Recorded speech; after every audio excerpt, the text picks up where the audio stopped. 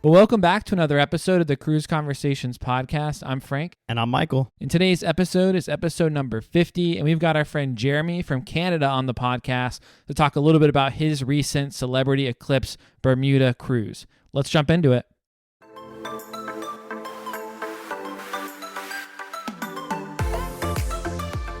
Well, like Frank said at the top, we're here with Jeremy. Jeremy recently just got back from a 7-night Bermuda cruise on the Celebrity Eclipse. Jeremy, welcome to the podcast. How's it going today? It's awesome, boys. Thanks for having me on.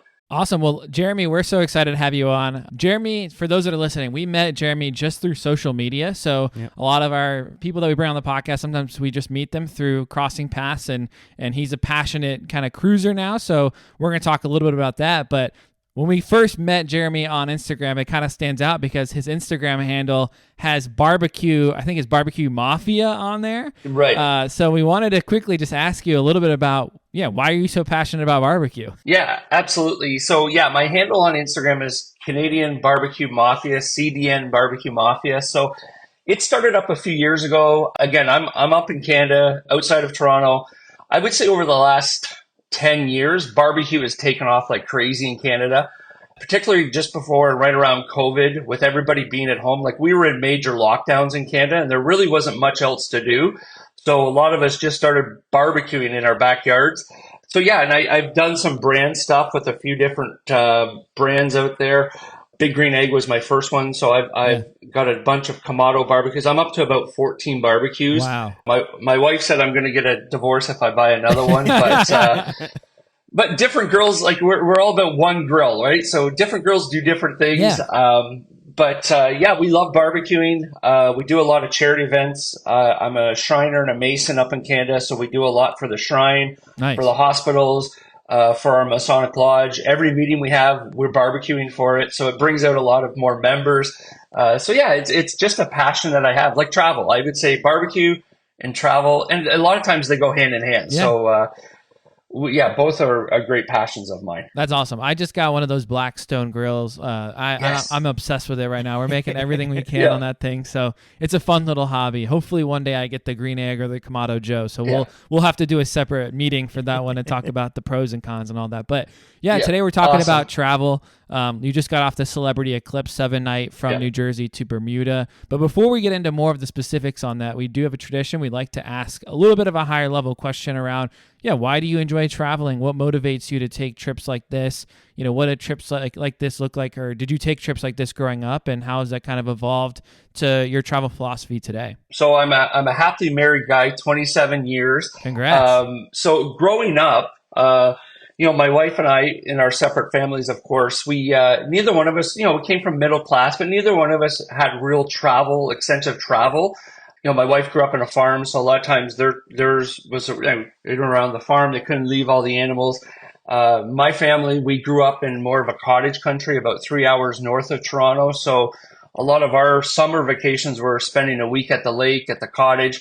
So when my wife and I got together, actually our honeymoon was a road trip. We didn't have a lot of money, so we packed up my old Sunbird and we drove down, and we were heading down into the States, and we ended up in the Smoky Mountains. So we ended up in Gatlinburg. We spent a week there. And I think we both realized that we wanted to have travel as part of our lifestyle. Yeah. And so that's evolved. It's evolved from road trips in the last few years into cruising. And we just love it. It's something to look forward to. And I think that's the biggest thing for us is, we both have busy jobs. We have busy lives, personally, professionally. And when it comes to travel, it gives us something to look forward to. Yeah. So even if it's 6 months out, it's something to look forward to. Yeah, that's great. I know, like you said, your honeymoon, you traveled down to the Smoky Mountains. I know I really enjoyed going to Gatlinburg, Pigeon Forge area. I was actually just there this past Christmas. It's beautiful. I know. Yeah, it's great little mountain town up there. Now, what would you say your favorite trip is you've ever taken? Yeah, so it's funny. I always say my favorite trip is my next one, right? Because you're planning, you're having fun. But I would say of all the trips that we've taken, cruise-wise, it would have had to been our first cruise. So it was back in 2017. We did an Alaskan cruise. Nice. It was for our 20th anniversary. My wife and I, we had planned it, had never been to the west coast of Canada, let alone Alaska. So we flew out to Vancouver, hopped on Holland America ship, and we did the 7-night inside passage. And for any of those of you that have been to Alaska, you understand how beautiful it is, or I think that's an aspiration for a lot of cruisers is they got to do Alaska. And I would recommend that. It's a great cruise. Yeah. It kind of spoiled us the first time, but it was definitely an eye-opening experience. I think when it came to cruising, after that cruise, both my wife Kim and I realized is like, hey, this is something we want to do on a regular basis because we really enjoyed it. Yeah. And especially through Alaska, like to do all those stops not on a cruise, like the actual function of the cruise just is so, it's so unique, right? Like it'd be so much work to see all of that without going on the cruise, so it is a nice way, kind of like Europe, to see different places that it's harder to get to, right, within a week span. So that's pretty cool. So you talked about Holland America. How many cruises have you been on, and how many different cruise lines have you been on? Yeah, absolutely. So we're relatively new to the cruise industry. So we've been on 4. Like a lot of other people, COVID kind of slowed it down for a couple of years, but we've done 3 Holland America cruises. We've done a Royal cruise last year, Royal Caribbean cruise. And then, as you mentioned, just recently we did Celebrity. So we've done 3 different lines. We want to try pretty much all of them just to get a feel for where we've enjoyed all of them. I think each one is a little unique as to their own brand. But yeah, we're still trying to feel out where we really feel at home. But we've really enjoyed all 3 brands. Nice. That's awesome. Yeah. So let's kind of jump into this cruise now. So like we mentioned, you're up in Canada, and now obviously you traveled down to New Jersey for this cruise. Who are you traveling with? Was it just you and your wife? Were you celebrating anything on this cruise? Yeah, so this cruise was just my wife and I. So we traveled down to Jersey. So the last cruise that the cruise that we did a cruise in December of 2022, just after COVID. We had some future cruise credits. So we'd had a couple cruises booked leading up to COVID, then everything shut down. So I was sitting on some credits with Holland America. So I was actually able to book a 7-night Southern Caribbean cruise out of Fort Lauderdale. So we did that in the previous December 22. And then we flew home. We both got sick after we got home. And I'm convinced that it was from the flight because there was a lady sitting beside me. She coughed the whole way. So we both got home. It was just before Christmas. And so we got sick. So from that, I was like, there's got to be somewhere I can drive. I don't mind flying, but there's some hassles that go along with it. Yeah. So that's when we found Jersey because I was looking at, okay, what's driving distance from Toronto? So there's Baltimore, Boston, Jersey, New York. They're all about 8-9 hours, which is doable. Yeah. So that's what we chose to do. That's where we found Cape Liberty out of Jersey. And we did the Royal Caribbean Anthem of the Seas last year out of Jersey. And we really, really enjoyed it. So we were looking to do another one this year. All right. So like you said, you got down to New Jersey. Now you were out of Cape Liberty. How did this port compare to some of the other ports you've cruised out of in the past? Yeah, we love it. Like I said, it's about an 8-hour drive. And because my wife and I both love road tripping, we actually treat the road trip as a little bit of a pre-vacation. So, nice. 8 hours, you can do it in one shot, but we actually decide to do an overnight on the way. So we'll drive 4 hours, grab a hotel somewhere along the way, like upstate New York. Nice. And then we'll do a little bit of shopping, last minute stuff at Target and Walmart. And then we'll jump into Jersey. We always go in the night before. Yeah. I think that's sort of the golden rule with cruising. You don't want to show up the day of. So, it's an extra night at a hotel, which is great. And, we're always there. We're there early the next morning. But yeah, Cape Liberty is an awesome port. There's a massive parking garage right beside the ship. So you literally pull in, drop off your bags, park, and it's a 2-minute walk into the cruise terminal. That's awesome. So how is that? You said 2-minute walk into the terminal. How was it actually going from once you're in the terminal to embarking on the Celebrity Eclipse? How is that process compared to maybe other experiences you've had? Yeah, I don't know if, knock on wood, we've had really good luck at getting on ships. Sometimes you hear horror stories of, oh my God, it took an hour and a half to get on the ship. We've always had, no pun intended, smooth sailing into So we literally walk in.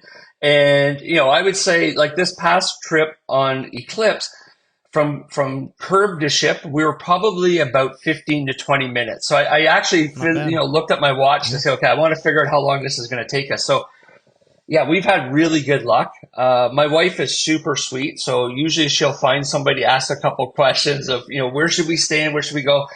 and they'll take a liking to her and get her on the ship. So I just tag along, but yeah, it's worked out really well for us. That's awesome. Nice. Well, so like you said, you had a pretty smooth embarkation process, so now you're on the ship. What were some of the first things you did when you got on board? Yeah, absolutely. The other good thing for Celebrity as well is you can, and I believe it's on all the ships, but you can actually drop your bags off. So we had a couple carry-on bags as well. So you're able to get into your stateroom and drop them off. Yeah. The room wasn't quite ready because one other tip that I had was, when you're booking your cruise, at a certain point, you're able to book your boarding time. So the quicker you do that, usually the earlier in the day that you can grab. So on this particular cruising, we were able to get on at 11 in the morning, which is pretty early. Yeah. You figure there's still people, everybody was off by then, but we were one of the first ones on the ship. And still, we were able to drop our bags off into our stateroom and make our way up to the Lido, up to the buffet. I think that's a popular spot for everybody. You grab a drink along the way. Yeah. Typical Canadian, you got to make sure you have a drink on ship and hit the buffet and just start enjoying the scenery. That's awesome. So at some point, you probably got access to your stateroom. How was your room, and what kind of room did you end up booking for this sailing? Yeah, so on this cruise, we had a balcony stateroom. We always try to get a balcony. Although I do want to try an interior stateroom at one time. It's on my list. I just want to try it to see what it's like. But the cruises we've had is been a balcony. And this particular cruising, as in others, we got an accessible stateroom. My wife has a small disability. She has a prosthesis. So we actually get a scooter so she can ride it on the ship because of the distance and that. So we book an accessible stateroom. So that's what we had on the Eclipse. Beautiful room, great balcony. We were on the port side. So when you come into Bermuda, at least with Celebrity, my understanding is if you're on the port side, you're going to be facing the port, which was really nice, right? So when you get up in the morning, you're having a coffee, you get to see the port. Both sides are really nice, but I think I prefer the port side. Sweet. So now, like you just mentioned, Bermuda. So the cool thing with this itinerary you did is you had 2 full days in Bermuda, right? Yeah, absolutely. So what happened was, we left Jersey on a Sunday afternoon, and then as we embarked out of Jersey, what the captain did was he actually did a little bit of a roundabout around the Statue of Liberty, which was really cool because when we did Royal last year, we got to see a little bit of the Statue of Liberty, but the captain of Celebrity Eclipse actually made sure that everybody got a chance to see the Statue of Liberty. Cool. So we left Sunday afternoon. It was 2 days at sea, and they were going pretty slow. Like it's about almost 800 miles from Jersey to Bermuda.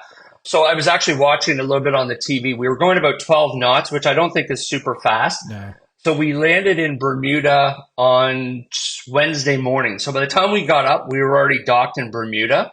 Yeah. And we were in Bermuda all day Wednesday, all day Thursday, and we left about 4:00 on Friday. Nice. So like we said, you had the 2 days here. So how did you go about like planning your time for these 2 days? Like how did you decide, since like you said, you had the overnight here, how did you plan your time here? Yeah, it's definitely a unique itinerary. And it was one that we really wanted to try because, most cruises, as you guys know, it's like, you get into port at 9 in the morning, you might be there till 4, 5, and then you leave. It's unique to be in Bermuda.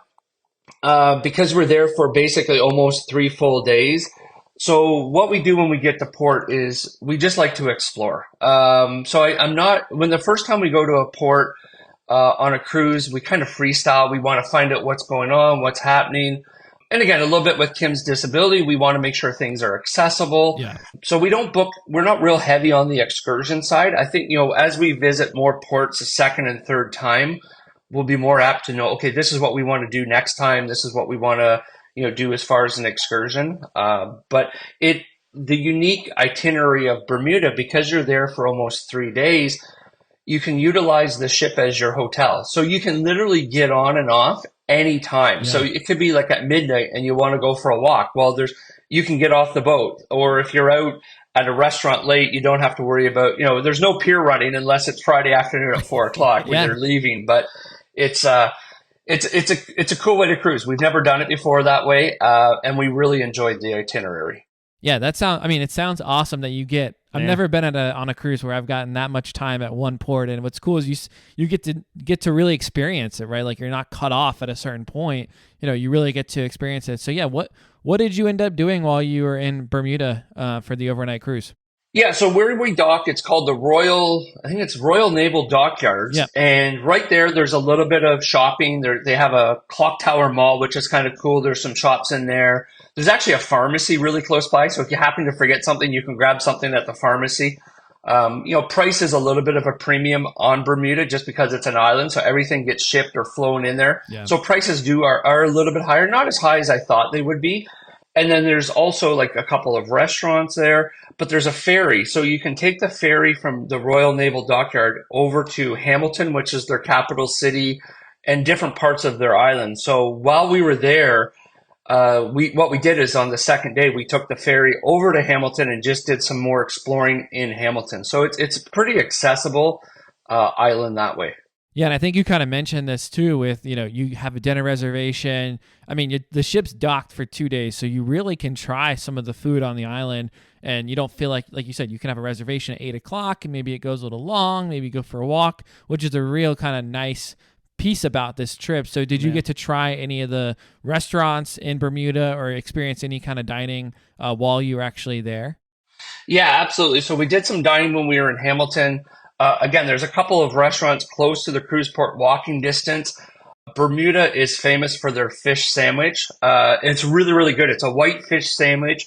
They'll put coleslaw on it, and it's on raisin bread. It's delicious. So if you get a chance to go to Bermuda, there's also a drink. It's called the Swizzle. So it's a rum-based drink with pineapple orange juice. So it's funny, in my research, it kept popping up like these are the things you should do when you're in Bermuda. One is the fish sandwich, okay, and two is the swizzle. So yeah, we got a chance to try both.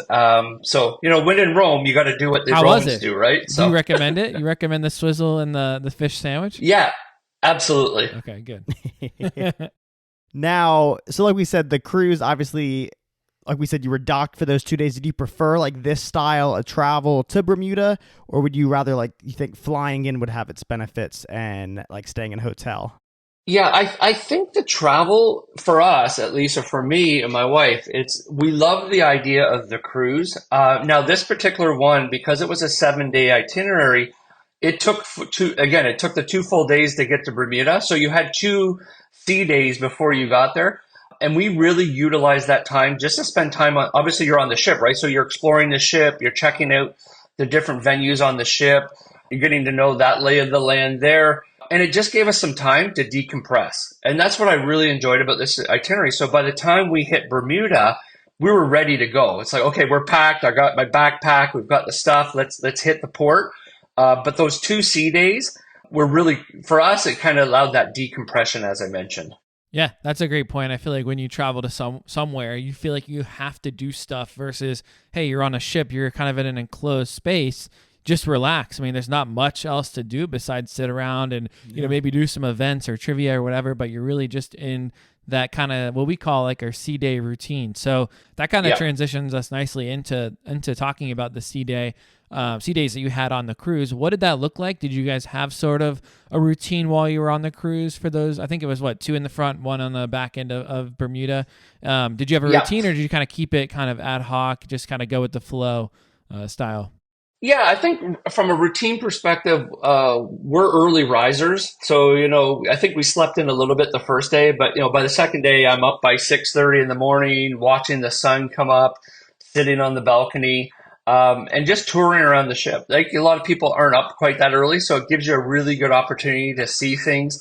It's typical cruise. The first day, everything's busy, right? Yeah. The buffet's busy, the elevators are busy. By the second and third day, it's kind of mellowed out a little bit, so you can explore, take your time, seeing things on the ship. My wife and I both love to read. So after our last cruise, we both bought Kindles. So we downloaded a whole bunch of books before we got on the ship. So yeah, we just enjoyed just reading, having a couple of drinks, going for a specialty coffee or a drink at the bar, and just meeting other people. It gave you a really good opportunity to meet other folks on the ship. There was a lot of Canadians on this cruising. There was a bus that came down from Toronto. There was 50 Canadians on it.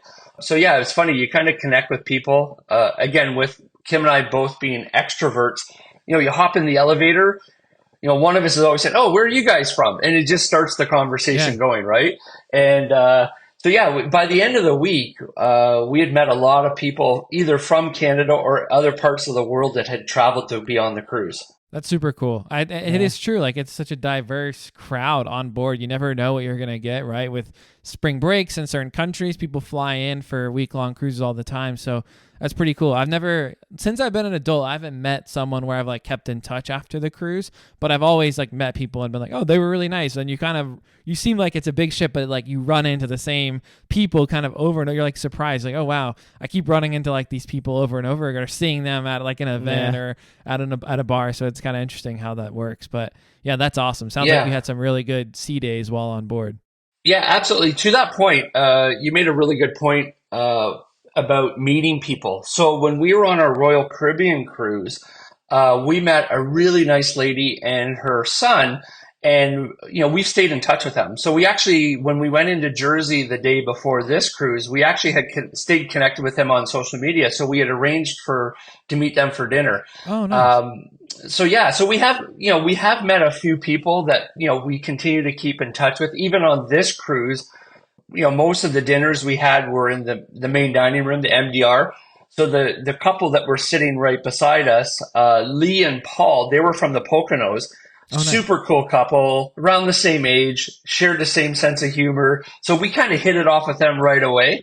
So we were looking forward. We'd have lunch with them a few days. We'd have dinner at night, and a lot of commonalities. So the conversation was easy.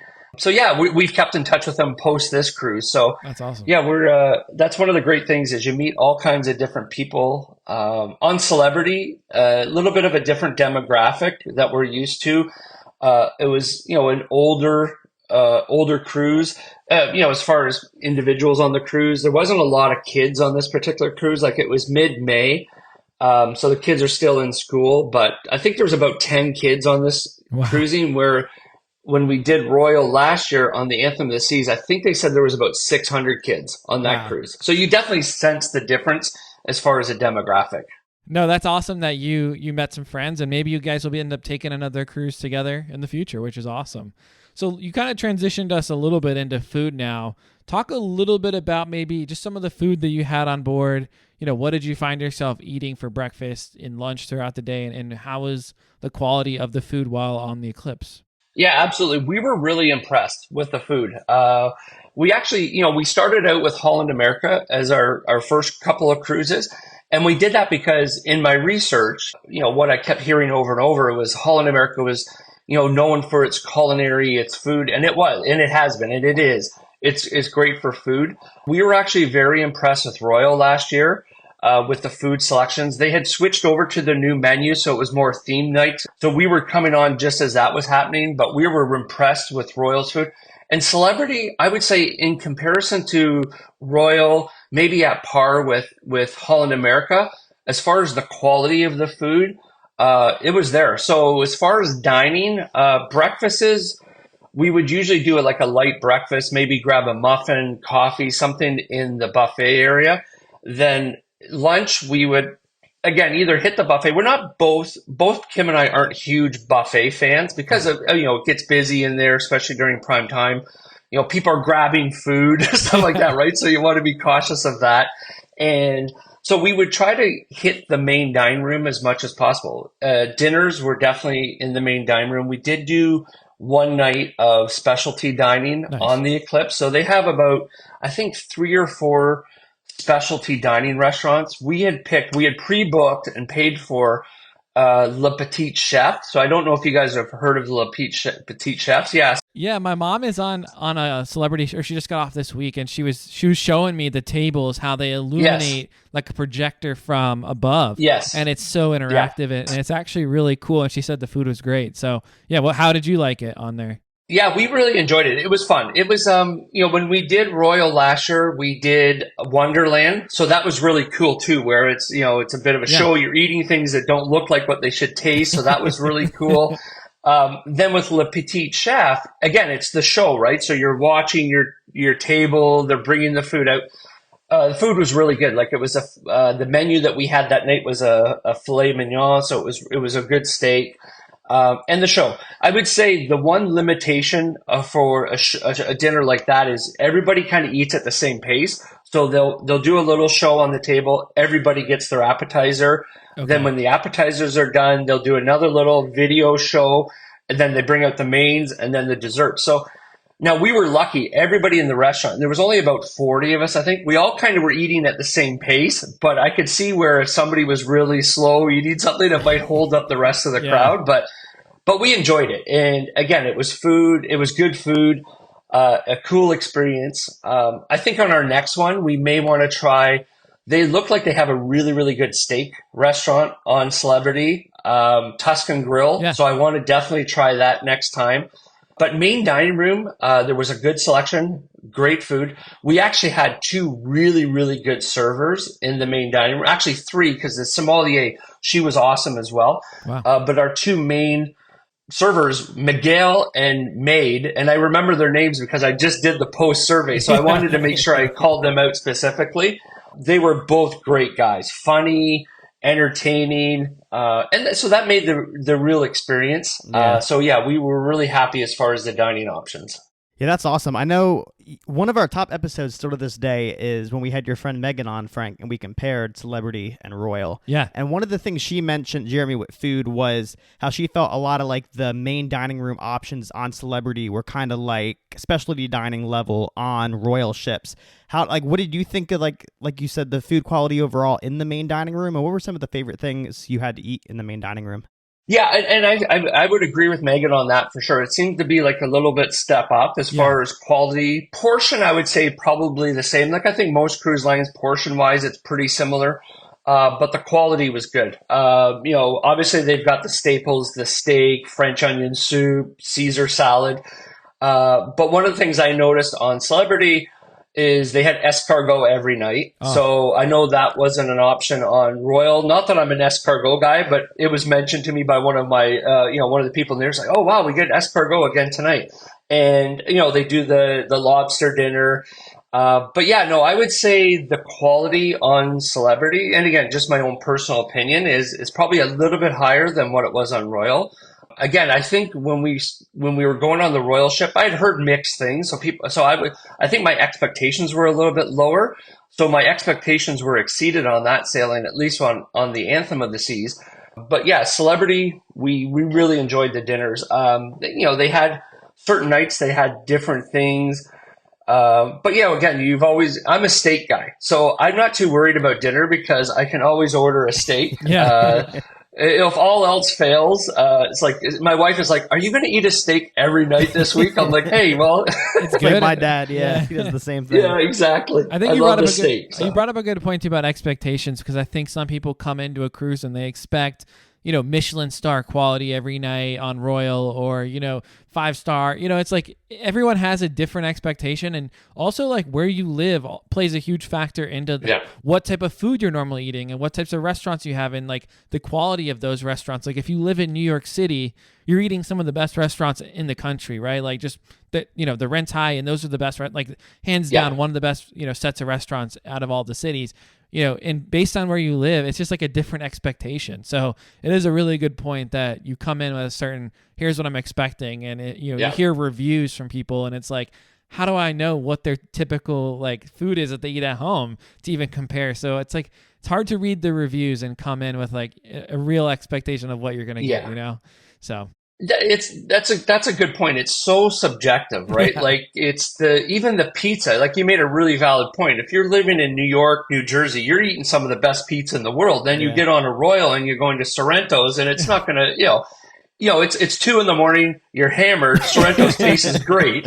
You can't beat Sorrento's pizza at 2 a.m. But comparing it to, some of the New York places or Jersey, I love going into Jersey the day before just for pizza. Like I'll scope out, okay, this is the best pizza. Yeah. Dave Portnier did a great review here. I got to try it. Yeah. So yeah, no, I think that, the expectations, I would say also on Celebrity, as far as the buffet, like I mentioned, we're not huge buffet folks, but I would say the buffet was very, very good on Celebrity. The selection was great.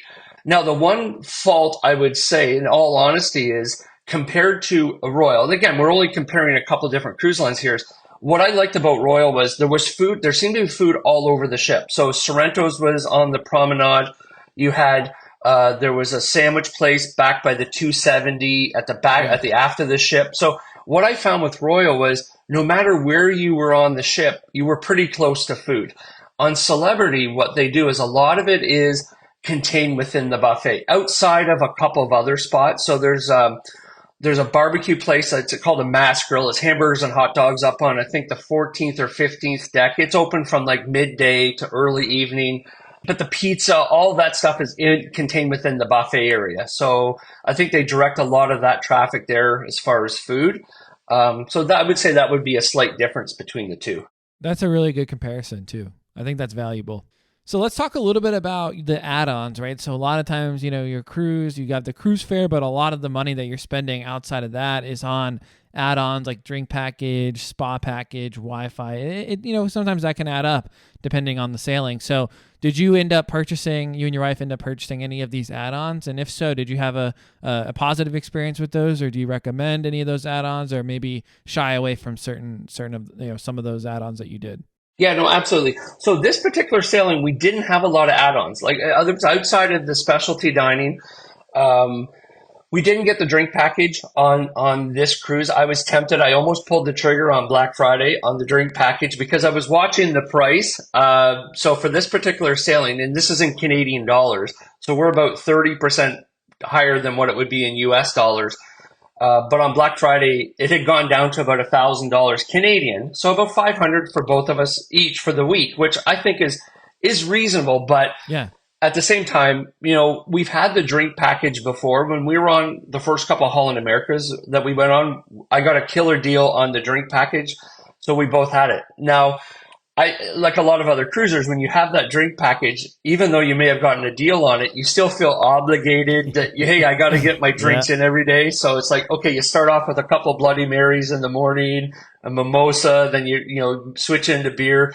And we're Canadians, so Canadians love to drink. That's a pretty generalization, but we're known to party. So this particular sailing, we didn't get the drink package. We did bring on 2 bottles of wine. Okay. So I was able to pick up a couple of bottles of wine in Jersey. So we brought those on the ship. We enjoyed those with dinner because you're able to bring them down to dinner. They'll pop them and they'll keep them for you the next night.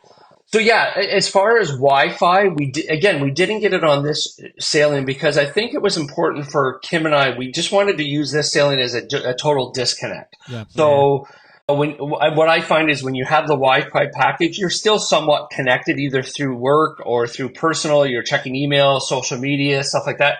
So, we kind of like to use the cruise as, okay, let's just totally try to disconnect from the outside world.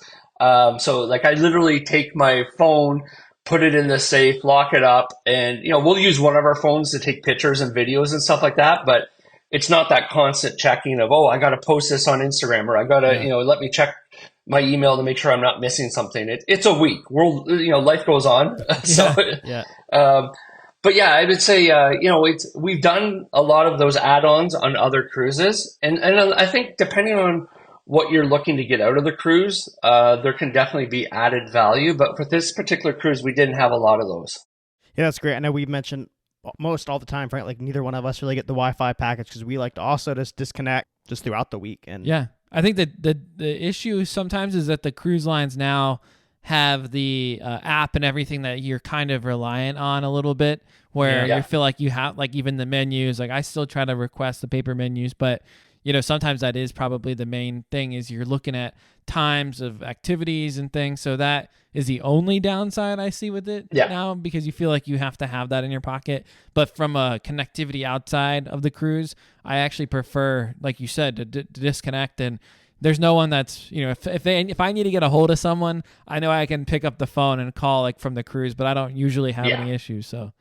All right, so we talked about dinner. Post-dinner, most evenings now all across the ship, you have all different forms of entertainment, whether be shows going on in different theater venues or just music going on around the ship. How did y'all spend your evenings? Did you catch any shows, live music, comedy? What did you do your evenings on the ship? Yeah, Absolutely. My wife loves the shows. Like that's her big thing is like, oh my God, who's performing tonight? What show? So sometimes I'm cool with just hanging at a bar or going back Yeah. to the stateroom, but my wife's like, oh no, there's a 9 o'clock show. So we purposely picked an early dining time. So our dinner was at 6, Yeah. which allowed us enough time because I think the other dining time was 8:30. So you'd either have to try to catch a 7 o'clock show to be in the dining room for 8:30, but then you would miss the later show. So we picked 6 o'clock just so we would have enough time to have a really nice dinner, converse with the folks beside us, and then go to the show. But yeah, I would say Celebrity was really good from the entertainment. A lot of music. I would say they're similar to Royal. We were really impressed with our Royal cruise as well as far as the entertainment. So I would say, we saw there was a magician one night that was really cool. He was doing card tricks in the auditorium. There was a comedian on board that was really good. He was kind of a clean guy, like a clean comedian. And then there was a lot of music. So I would say, yeah, Celebrity does a good job at the entertainment. And the other good thing is the shows only run about 45 minutes to an hour max, which Nice. is, in my opinion, is perfect, right? Because you're sitting there. I always say my ADD is going to kick in if I'm sitting there for 2 hours. Yeah. But like 45 minutes, I can handle. And so yeah, we caught almost every night all of the shows, which were really good. Yeah, my mom just got off the cruise this week on Celebrity, and she mentioned that, the entertainment is really good on Celebrity. It seems like a lot more kind of smaller venues, a lot of music. Like there's always, silent discos and music and things going around around the ship. But in terms of the shows, she really does like the variety of shows on Royal, and she thought, maybe they're just bigger kind of show venues and more Broadway style shows. So if you're into shows, she would probably say, Royal may be leaning a little bit stronger in that area, but just for music and bars and stuff, Celebrity does a great job, and they may excel in that space. Is that kind of how you would compare it? Yeah, absolutely. I would say that's spot on with what your mom saw as well. So I would say, we were really impressed on Royal at the production side of the Yeah. shows. So they were a little bit longer, but like there was Rock of Ages, I think, when we were on the Anthem of Seas. It was an awesome show. A little bit longer, but the production value was there. I would say on Celebrity, they're a little bit more contained, more singing on Celebrity. So even on, I think it was deck 3, like their main deck where the main area where there's the customer service and all that, they would always have live music. There's the silent disco. We didn't participate, but we saw it the one night. And there was a lot more, game shows, like they did a Deal or No Deal. Nice. So we did, when we were on Royal, we did bingo on Royal. So yeah, we always try to participate. We're not really big into the trivia stuff, but I'll watch it, from afar. The other thing that we did on Celebrity, which was kind of cool, is and this is one of my tips is if you're going on a particular sailing, one of the cool things you can do is if you're on social media, you can look on Facebook, and generally there'll be a Facebook groups for that specific sailing. Yeah. So we've had it on Royal, I had it on this Celebrity cruise, and there was like 400 people, 400 or 500 people join this Facebook group. And it's kind of good because you can ask questions. Like I asked a couple questions because we hadn't been on Celebrity before or hadn't been to Bermuda. So there was people on there that this wasn't their first time. So it's always great to get feedback and ask those questions. You always get the same questions. Always like, can I bring on an iron on the ship? Like that get asked like 50 times, right? It's like, okay, you cannot bring an iron on the ship. Yeah. So you weed a little bit of that out. But one of the things that we did on Celebrity, which was cool, was one of the fellas, David, had organized a slot pull. Yeah. So I don't know if you guys have participated in one of those, but those were fun. Like there was 50 of us. Each one of us chipped in $20, so we loaded $1,000 into the slot machine. It was like a wheel of fortune. We did it on the second sea day, and it took about an hour and a half for us. So everybody got a couple of pulls. Now we ran out of money, so we didn't win big, but it was kind of neat because then you're meeting other people. So now all of a sudden there's 50 of you that have converged onto the casino, and the casino on this particular sailing wasn't huge. So we were kind of like, people were looking at us like, what's going on over there? Did somebody win really big and all these people are, gathered around? But it was cool. Like it killed an hour and a half one day at sea day. But it was fun. So, and the cool thing is whoever organizes the slot pull puts their card into the machine. Yeah. So I'm thinking ahead to my next cruise, and I said to my wife, I said, okay, I'm going to either set up the Facebook group or join the Facebook group early and organize a slot pull, because then I can put my card into the machine and get all the points and and get you the get points. A free cruise. So that's awesome. Yeah, that is definitely exactly what I was going to say about the slot pull. Is like whoever organizes it, it's a lot of points. Totally. Yeah, it's a good win. Yeah, absolutely. You probably get a free cruise out of it, right? Yeah. So it's yeah, that's definitely I'm on a mission now to make sure that happens. So. Typically when we're talking about sea days, we talk about the crowds around the ship. I know you said there were about 10 kids on the ship overall. So how did the crowds feel overall? Either the different parts of the ship, whether the pool deck areas, kind of around the promenades in the evening. How did the ship disperse the crowds overall?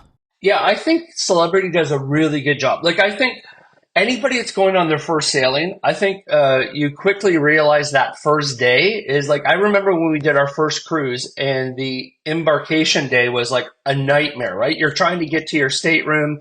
The elevators are jammed. I just think that's typical of day one. So anybody who's going on their first cruise, just please realize that that's not the way it's going to be all week. Because that's what I was feeling like, oh my God, I got 7 days of this. But I think after that first day, people get settled, they get into their staterooms. And that's exactly what happened on this cruise with Celebrities. A bit of chaos, organized chaos day one. But, even in the buffet, people are trying to get up there. Like, everybody wants that first free lunch. I think people they purposely don't eat that morning so they can get to the buffet and gorge that first meal. And then it's like, okay, I'm full. But yeah, I would say on Celebrity, like there was a few different, like there was a big elevator bank with 6 or 8 elevators sort of midship. They had some at the front of the ship.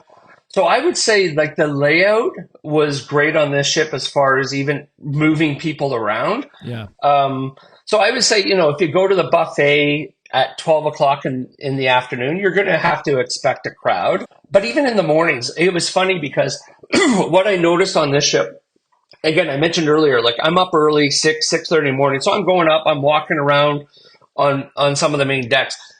There's still people out there putting towels on chairs, like putting clips. And I'm going, like, one thing I have to give Celebrity is there was like probably more lounge chairs than there was people. Like there just seemed to be a massive amount of lounge chairs.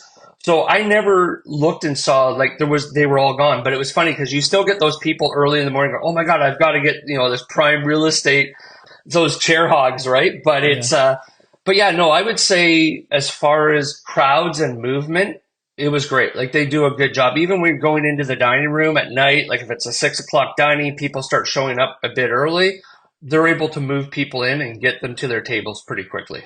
Yeah, it's funny. On the first day, everyone just has that same mentality, right? Everyone's going to the muster station, their room, the buffet, the bars, and the pool, and it's just like everyone's doing the same thing. So definitely, you feel it, and like you mentioned on the first day. So unfortunately, at some point, your cruise had to come to an end. Day 7 is the worst day when you got to get your bags outside the door. You see those tags on the bed. It's always the night before. It's always a sad moment. How was that disembarkation process at Cape Liberty? Was it fairly smooth compared to what you've experienced in the past, or did you run into some issues? Yeah, no, I would say this particular cruise, and again, I'm comparing it to the Royal one and other ones that I've done. Like, I would say for this particular cruise, it was super smooth. So I was a little apprehensive the night before because it's kind of like, okay, like you said, your bags are packed. You want to kind of get off the ship. Our mission was we weren't catching a flight or anything. We were driving home. We were going to take our time getting home. But I didn't want to get into the crowds. So what we decided to do, and Kim, because of her disability, we rented we had the scooter, right? So my fear is, okay, we're going to get to the elevators, because what happened on Holland America was it literally took us about an hour to get from, I think we were on the 7th deck down to the 5th deck to get off the ship, or second deck. Sorry, on Holland America, it was the second deck. But it took like an hour, so I didn't want to repeat that. Yeah. So what we did on this particular sailing was I checked with guest relations. They said the earliest you could get off the ship was about 7:30. So we got up early. We were all packed, and we actually headed downstairs to the 5th deck where you disembark at 6:30. So we're there, okay, we're going to be ahead of the game, and it was super smooth. Like we were near the front of the ship. So there was a bank of elevators right there. So we literally rounded the corner and there was nobody there. So I was like, oh my God, we made the right decision. So we literally got on an elevator, got down to 5, and there was probably about 40 or 50 people that had the same idea as what we had. So you kind of get into a little line, you can run, you can get a coffee, and you hang out. And again, it's social, right? So there was a fellow in front of us. He was a retired NYC, New York City cop. So him and I were talking back and forth about the cruise and life and all that. So, by 7:30, more people had started to show up. So there was a bit of, much more of a line forming. But as soon as 7:30 hit, they're like, okay, they opened up the gangway. And so we were off the ship by about 7:45 in the car, driving out of the parking garage by, I think it was like 10 after 8. So super smooth. Yeah, I opted to take my bags with me. So I had 2 big suitcases. So I'm like, all right, I'm just going to wheel these suckers off the ship. So I didn't check my bags at the end. So I think that worked well in our favor this time. I typically do that now. I just walk off with my bags. I mean, if you're physically able, it just seems easier and you don't have to like get everything packed the night before. What do you normally do? Yeah, same. I mean, I think most of my recent cruises we've just walked off with it too, because like you said, we have 1 or 2 big suitcases and that's probably it. I think if you have little kids, it's probably like better if you have kids because they can't carry their bags, or they're not gonna. Right. But for us, it's like we can do it. Yeah. So let's kind of just talk about cruise overall now, like in terms of the service you had in the dining room, just around the ship, the itinerary, your room. How did this cruise compare down to Bermuda versus some of the other cruises you've done in the past? Yeah, that's a great question. We really enjoyed it. In fact, we were already looking at booking our next one for next May. So that's a good sign. So, yeah, absolutely. We loved it. I think right from the day 1 to day 7, we had a really good time. It was a very relaxing cruise. And I think that was a combination of a few things. A couple of extra sea days up front, just the leisure pace of around Bermuda. And then coming back into New Jersey, it just overall just felt like a very relaxing cruise. It wasn't port heavy, so you weren't bouncing around from island to island. So yeah, we really, really enjoyed it. I highly recommend it. I've told a ton of friends about it and said, you know what, it's a beautiful island. I would say the other thing about Bermuda, for those that haven't visited, you felt safe. So, when you got off the ship, regardless of what time you got off, you didn't feel like you were going to be harassed with a whole bunch of people trying to sell you stuff. Yeah. And like in some of the other ports, like we went to Nassau last year. I know Nassau has a bad rep. I actually like Nassau. Nassau is one of my favorite ports, but it's different where you get off and there's the straw market and there's people trying to sell you all. We didn't experience any of that in Bermuda, and it was very clean. We met some of the locals, which was super cool talking to them. It was funny. One of the guys that we met on the last day was, again, I mentioned in the show, I'm a Mason and a Shriner, and that we met a guy in the cruise port that he belongs to the same fraternity that I belong to. And he owns a construction company in Bermuda, but one of his other jobs is to help dock and, tie up the boats and let them out. So his name was Dave. So he's like, oh yeah, I'm going to be letting your ship out this afternoon. So we're up on the 7th deck on our balcony and there's tons of people watching the ship and I'm yelling, Dave, Dave. And he's waving and people are going, the one lady stuck her head around the barricade and goes, who's Dave? So it was kind of funny, but super clean port, lots to do. Again, Bermuda, I think it gets the bad rep that it's a bit expensive. Like we actually went into Hamilton and went into one of the grocery stores just to check out some of the prices. And you're going to pay a premium. Like it was funny, like a brick of ice cream, like 2-liter ice cream was like $18.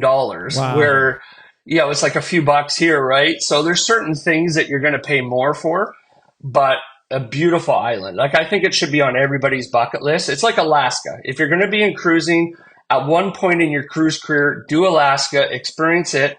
But I would also add Bermuda because it is unique where you can spend a couple extra days there and really venture out and get to know the island. Is there anything else you'd recommend for, based on your experience that you may do differently next time you go to Bermuda, or anything that you would say someone who's listening to this podcast or watching on YouTube, maybe next time, for a first timer going to Bermuda, I would recommend this to them? Yeah, absolutely. That's a good question. It's a bit of a tough question because we had a really good time. I don't know if I would definitely do anything differently. I think the next time I go, I will, you can't rent a car in Bermuda. That's the other thing. There's a ton of scooters.